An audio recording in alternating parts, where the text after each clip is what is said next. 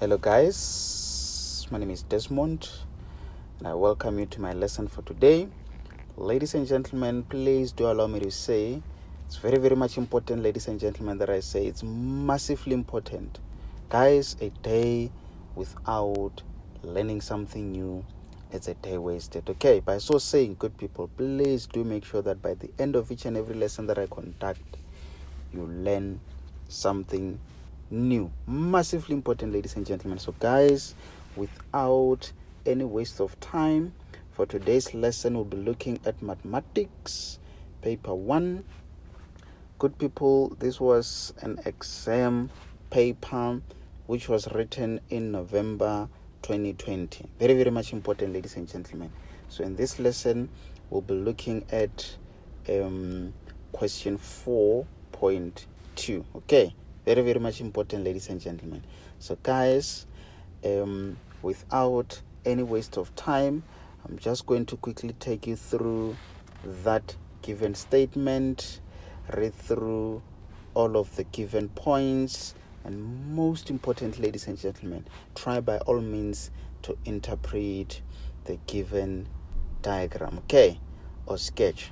So ladies and gentlemen, as soon as we are done with all of that, we should be able to go through all of the questions where I train you on how to interpret and analyze, and most importantly, how to approach the given questions, ladies and gentlemen, obviously in relation to the given statement and sketch. Guys, taking into account the marks allocated for each and every question, okay?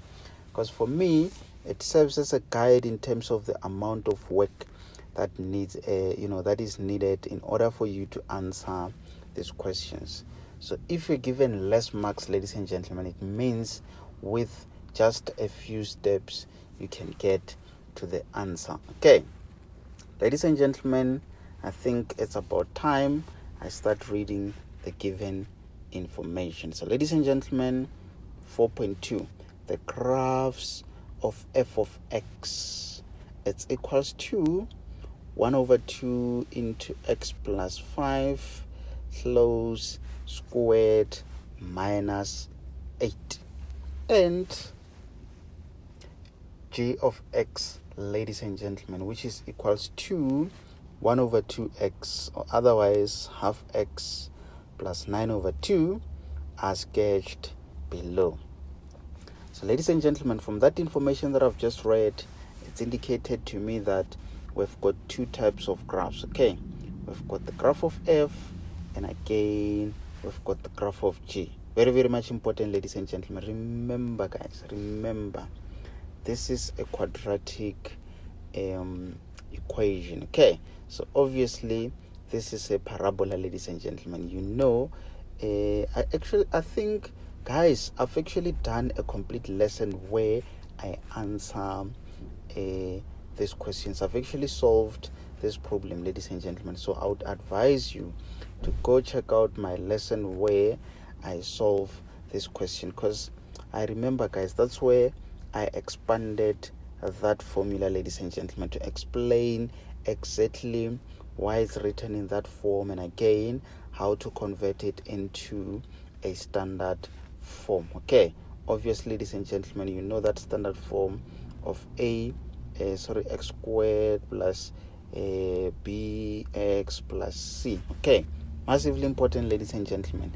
But otherwise, I'm just going to highlight some of the information that I've indicated in that lesson. Okay, remember guys, for this purpose is just to assist you in terms of how to approach this type of questions. Okay, but for now, most importantly, you need to know that you've got a parabola of a smiling shape. Okay, why am I saying it's a smiling shape? It's because, ladies and gentlemen, we've got a positive a. Okay, what if I had a negative a, ladies and gentlemen? That means I was going to have a sad shape. Okay, very much important, ladies and gentlemen. Can you see we've got a sad shape, ladies and gentlemen? Okay, but otherwise, if it's smiling shape, ladies and gentlemen, in case if we've got a smiling shape, that's if our a it's positive. Let me just draw there, ladies and gentlemen. You can see our friend is happy there, which means we've got a positive A. Very, very much important, ladies and gentlemen. Obviously, most of you know which value I'm referring to in terms of A being positive, ladies. Can you see that half over there? It's a positive value. Okay, so if it was a negative value, ladies and gentlemen, it was going to be a sad shape. So guys, the other thing that you need to notice is that we've got negative 8 over there.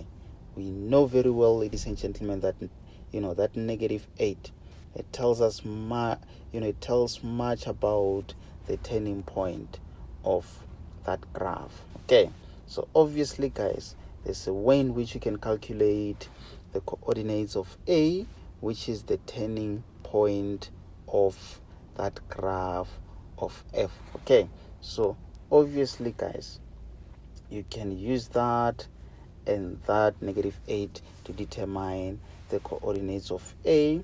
At the same time, the coordinates of A are the turning point of the graph of F. Massively important, ladies and gentlemen. These are the type of information that you need to be aware of, especially when it comes to the graphs. Okay, and again, that point, ladies and gentlemen, that point over there where this graph intercepts the y-axis, ladies and gentlemen, it's a positive value. Okay, so that means the graph of F intercepts the graph of y at that point, which is a positive value. Okay, massively important, ladies and gentlemen, that you understand exactly what I'm trying to explain. So guys, let's now have a look at the graph of G. Okay, so obviously guys, with regards to the graph of G, we know it's in that standard form of mx plus c. Okay, what is our m, ladies and gentlemen? In that case, our m, it's positive half, which is positive 1 over 2. Okay, so why am I saying it's a positive gradient? It's because, ladies and gentlemen, I want you to notice that when we have a positive gradient or a positive m, our graph, ladies and gentlemen, it's in that direction. Okay, so that direction, ladies and gentlemen, of a straight line represents positive m, represents positive m. Okay, so obviously when we draw graphs, it obviously has two arrows. What do those arrows mean, ladies and gentlemen? They simply mean that that graph, it continues up to infinity, but we are only interested in that portion of the graph. Okay, in that portion of the y and the x-axis. Massively important, ladies and gentlemen.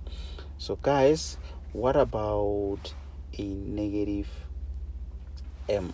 Obviously, ladies and gentlemen, that means a graph or a straight line graph in that direction represents a negative gradient. This is a negative slope, ladies and gentlemen.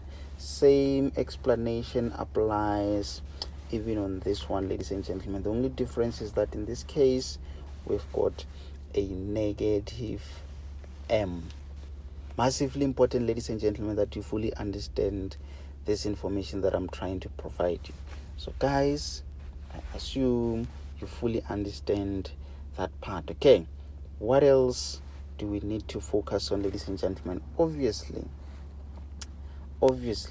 our c value there, it's 9 over 2, of which is the y-intercepts. That's where our straight line graph, ladies and gentlemen, touches the y-axis. Okay, it touches the y-axis at that point, which is an indication that that point, ladies and gentlemen, that's where obviously our x is 0 and our y is that 9 over 2. Okay, so ladies and gentlemen, in case if you are in exam, It's very, very much important that you just quickly draw a sketch where you fill in all the information that you know. It makes it easy for you, to be able to understand exactly what the question wants you to calculate based on the given information.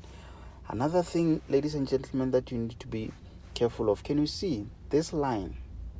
This line, ladies and gentlemen, is just there to confuse you. Okay, never get confused of that line, ladies and gentlemen.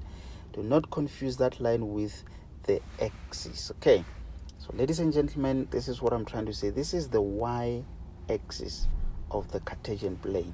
This is the x-axis of the Cartesian plane. Okay, so you're most likely to make a mistake and think this is this is the y-axis and this is the x-axis, and assume that this is your origin. Okay, you need to be very careful of that, ladies and gentlemen. That's where most of learners make some mistakes. Okay, if you noticed that part, then ladies and gentlemen, consider yourself very lucky and almost ready for your exams. Most importantly, guys, remember the coordinates of D, okay, which is referred to as M and N. It refers to that dot that you see over there, ladies and gentlemen. So that dot, it's actually at a point where a straight line graph, ladies and gentlemen, it's along the turning point of that graph of F. Okay, can you see, ladies and gentlemen? So it means this straight line, guys, this line, okay, it's actually along the turning point of that graph of F, okay, of which we already know the coordinates at that point. It's -5 and -8. Remember, guys, -5 comes from that x plus 5. Obviously, it's x plus 5, which is equated to 0. You just solve for x, and your x is equal to -5. So that's how we get that -5, okay, which is the x value of the turning point. And the y value, it's that one over there. You just take it as it is, okay. And obviously, guys, this is quadrant number 1, 2, 3, 4. So this is the fourth quadrant, ladies and gentlemen, where we know x and y values are negative. That's why even our coordinates has to be negative coordinates. Very, very much important, ladies and gentlemen, that you fully understand. Okay, so guys, that means that point there, of that point E, which is that dot over there, ladies and gentlemen, this is that point where I'm trying to locate that point. This is where the x-axis intercepts with that line along the turning point. Okay, so we already know that that point over there of point E, the x value, obviously it should be -5, okay, and I think also the y value, obviously it's 0 there.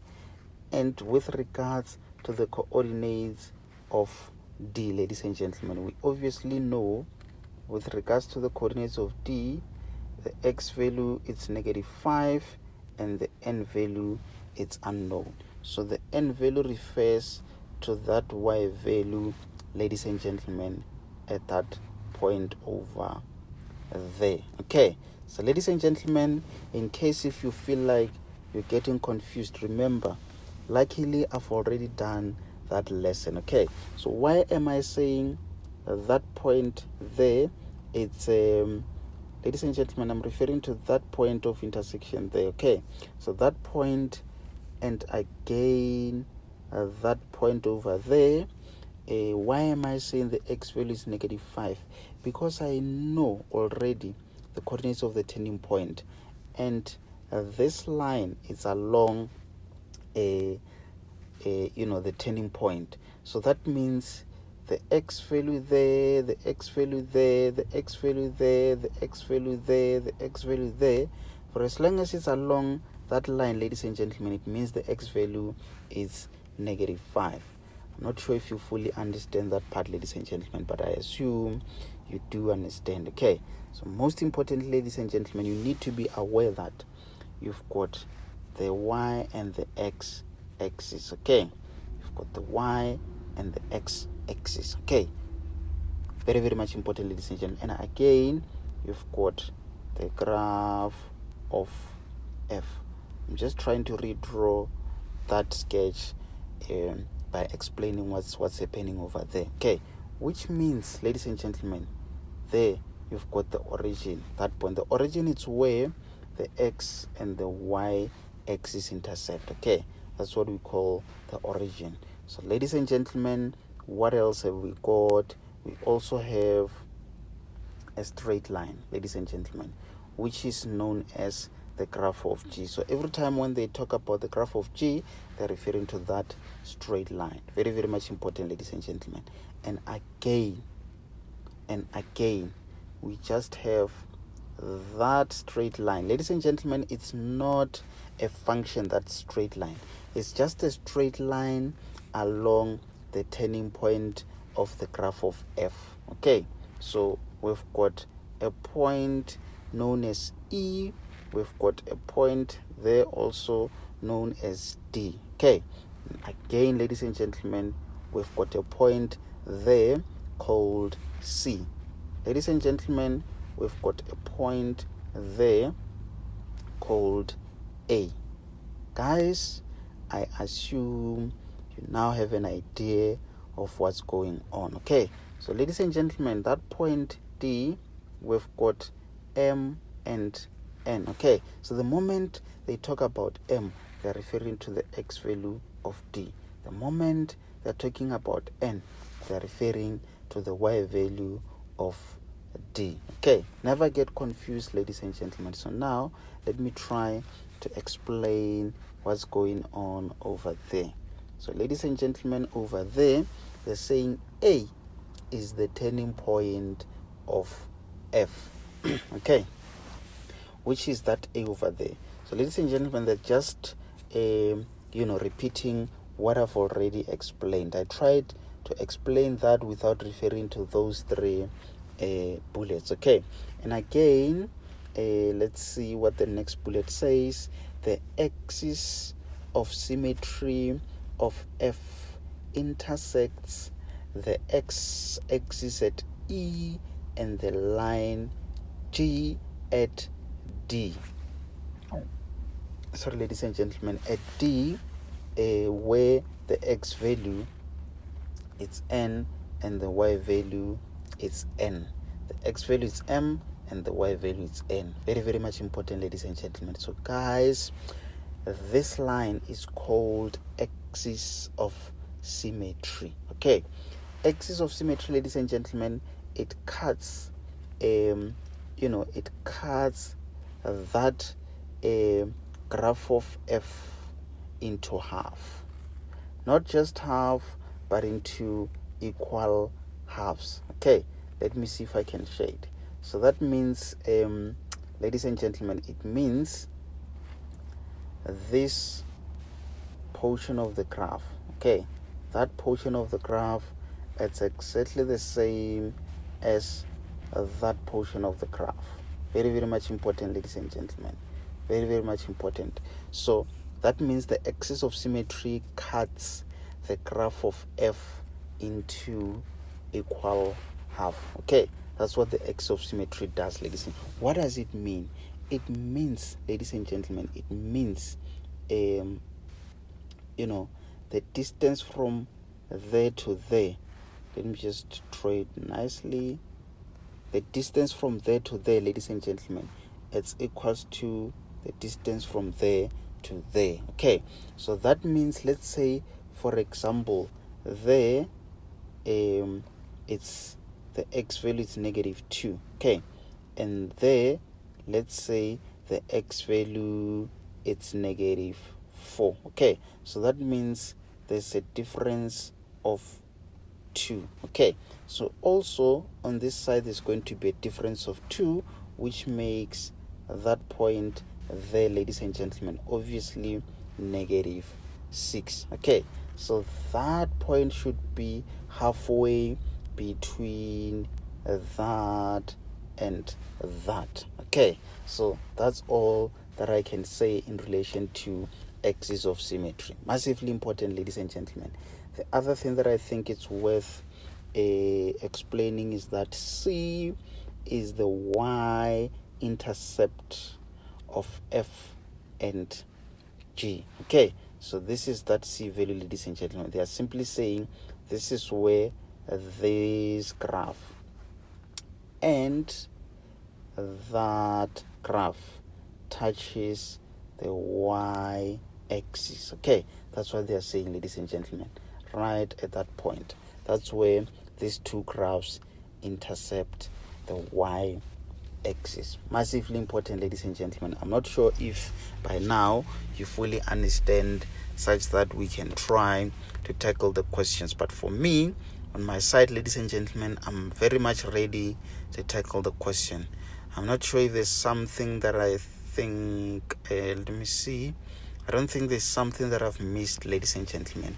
So now, let me just try to bring the questions. Let me just bring the questions, ladies and gentlemen. I'm not sure if you're going to be able to see. Okay, let me do that. So I'll just read out the questions so that you hear what I'm saying. Let me just clear all of that information. So ladies and gentlemen, let's focus on our very first question, which says write down the coordinates of A. Okay, 4.2.1 says write down the coordinates of A. Most importantly, this question is allocated 2 marks. Okay, so guys, the moment they say write down the coordinates of A, okay, massively important, ladies and gentlemen, you should give your answer as A into, they just want the X and the Y value. I think on my explanation, I've already given the value of X and the Y value. Okay, so obviously, ladies and gentlemen, it's just a straightforward question. No hassle there. So guys, I'm going to remove all of that information. We move on to the next question. So, okay, someone is wondering, why am I not indicating the cream of the question? I assume, ladies and gentlemen, at this point in time, you fully understand. Guys, let me just point out what the cream of the question is. But in most cases, especially in mathematics, ladies and gentlemen, the whole of the question becomes the cream of the question. So now they're saying write down the coordinates. That word coordinates is your key word. Okay, this is the key word. This is the cream of the question, because otherwise it could have been write down the y value of A. Okay, if they want the y value of A, you just say y is equals to whatever it is. If they said write down the x value of A, you could have just said the x value of A could have just said x is equals to and write whatever that it is. Okay, but because they said the coordinates, then finally we want this type of an answer, because this represents the coordinate of a point. Which point? Point A, ladies and gentlemen. Massively important. Okay, so guys, I think that question is clear and straightforward. So now the next question, 4.2.2 says write down the range of F. Guys, something to notice. Range refers to the y value. Okay, so the moment the question talks about the range, think of the y value. If it's the x value, ladies and gentlemen, that's when we talk about the domain. Okay, massively important, ladies and gentlemen. Range, y value, domain, x value. So the range, they want to know, ladies and gentlemen, this function starts from where and head to where. As you can see, ladies and gentlemen, it's just allocated 1 mark. So this graph, it starts from there going all the way up to infinity. Let me just do this so that you understand. Okay, it starts from there it goes all the way up to infinity, ladies and gentlemen. Can you see? So that means you're most likely to say y, it's either it's a greater or equals to that y value, ladies and gentlemen, that y value there.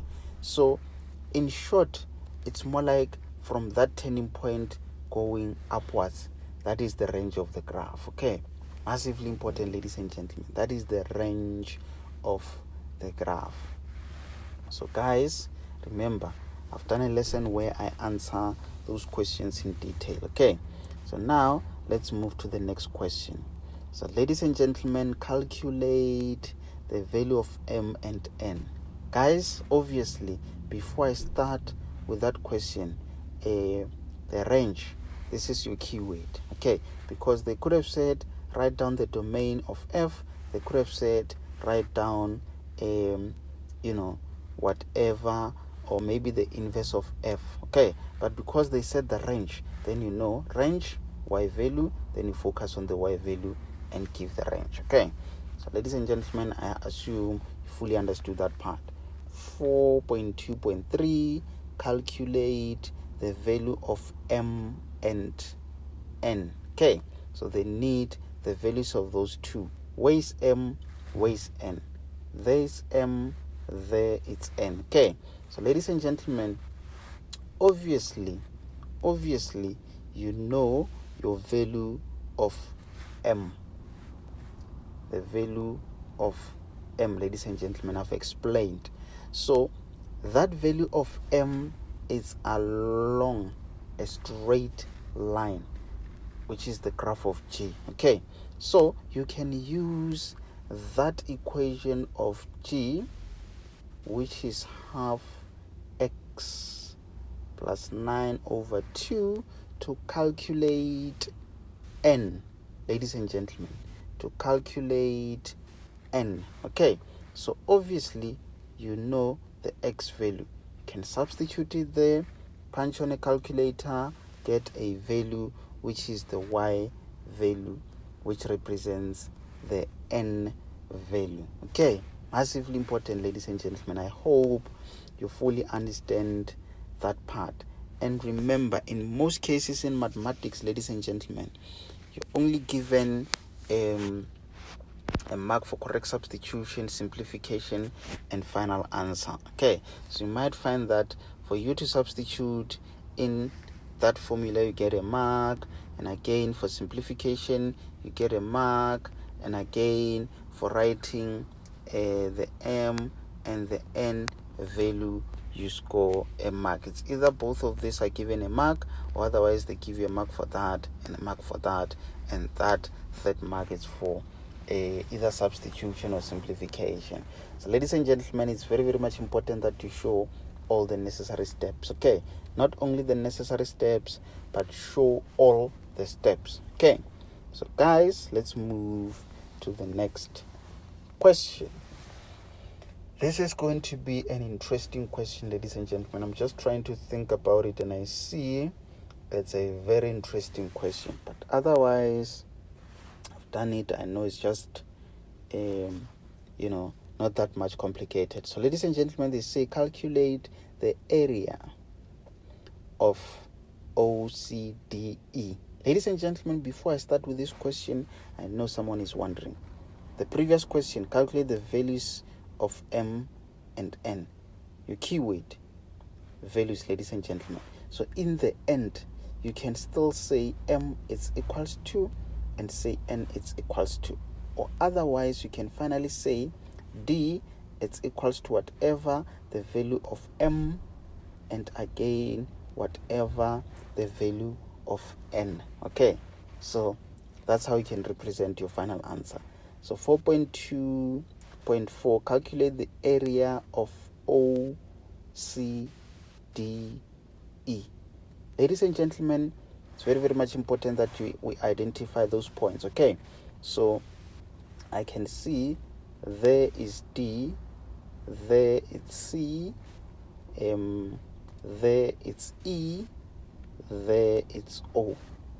So they want us to calculate the area of that shape, okay, which is OCDE. Let me try to redraw that shape.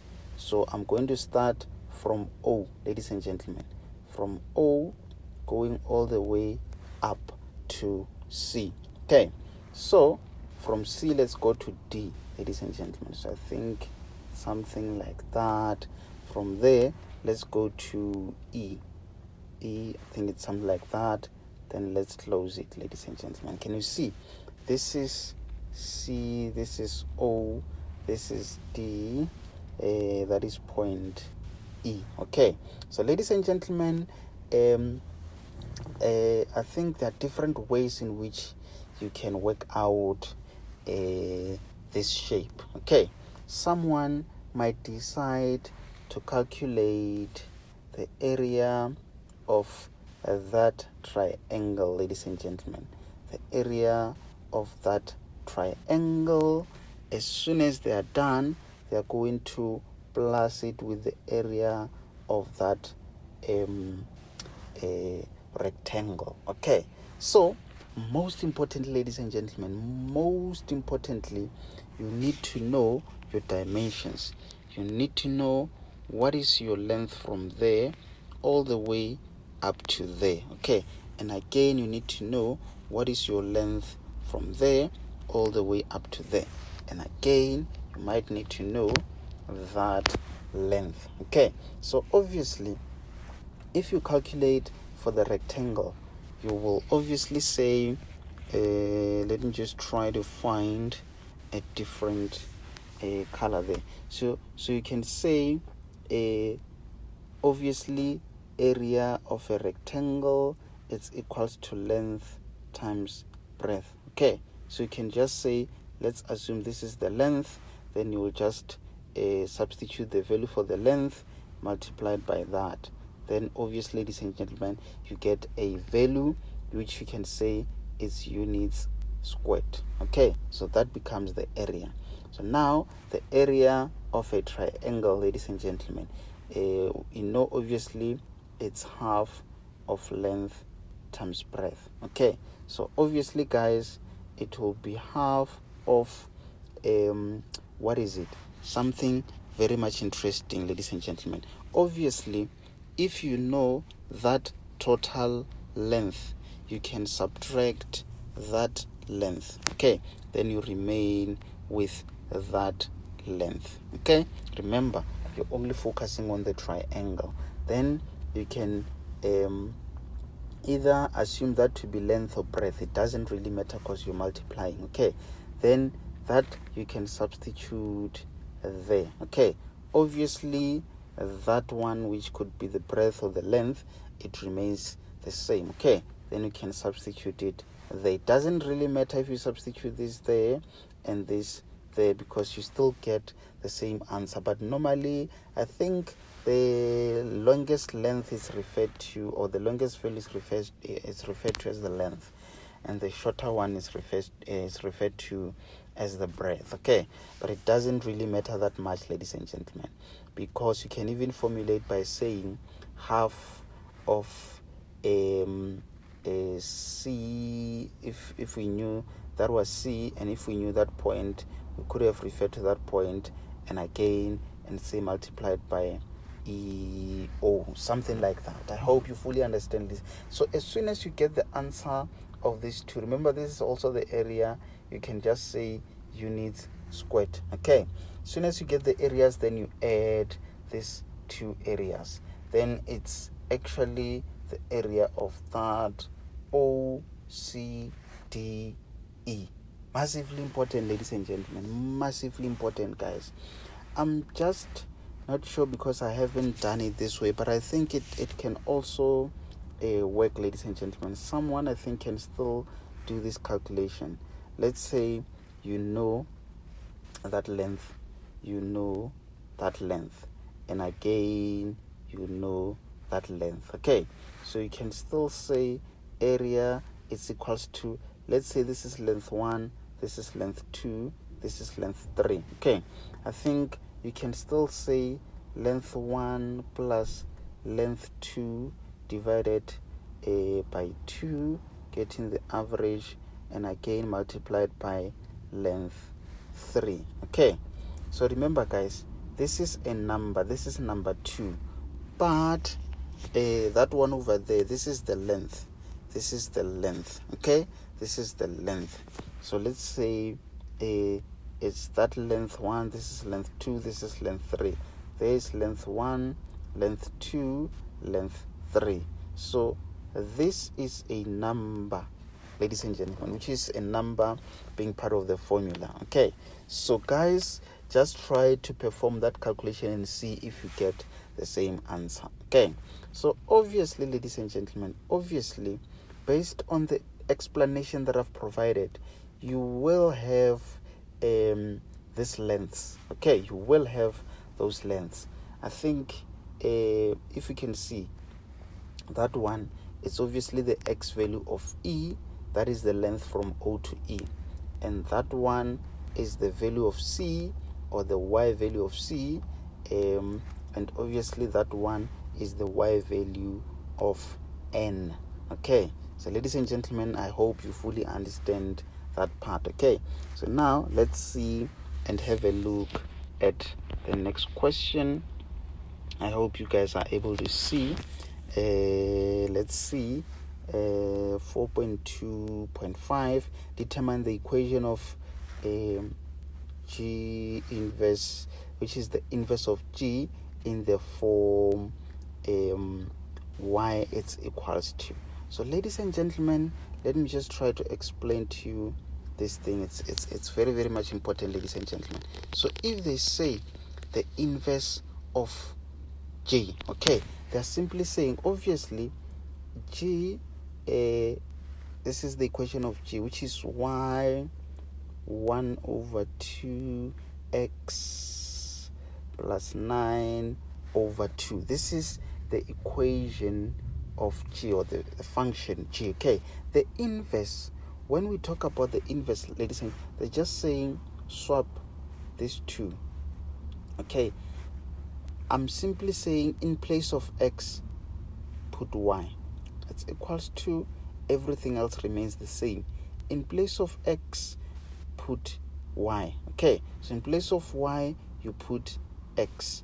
In place of x, you put y. Okay, and everything else remains the same. Okay, so ladies and gentlemen, what you need to do, which is the most important part, is for you to write this equation in the form of y. So that means they want you to make that the subject of the formula. Okay, obviously you will move this to the other side, and you will either divide by half or multiply each term by 2, so that you remove that and you remain with y. It's equals to the whole of whatever that it is. Massively important, ladies and gentlemen.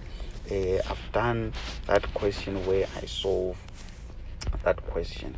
So ladies and gentlemen, please do check out that lesson, because it's going to help you in terms of understanding that question. But most importantly, ladies and gentlemen, try to solve this problem by yourself before you check out the solutions that I've done. Okay, it's very, very much important that you fully understand how to approach this type of questions. Okay, so guys, back to the previous question. The cream is the area.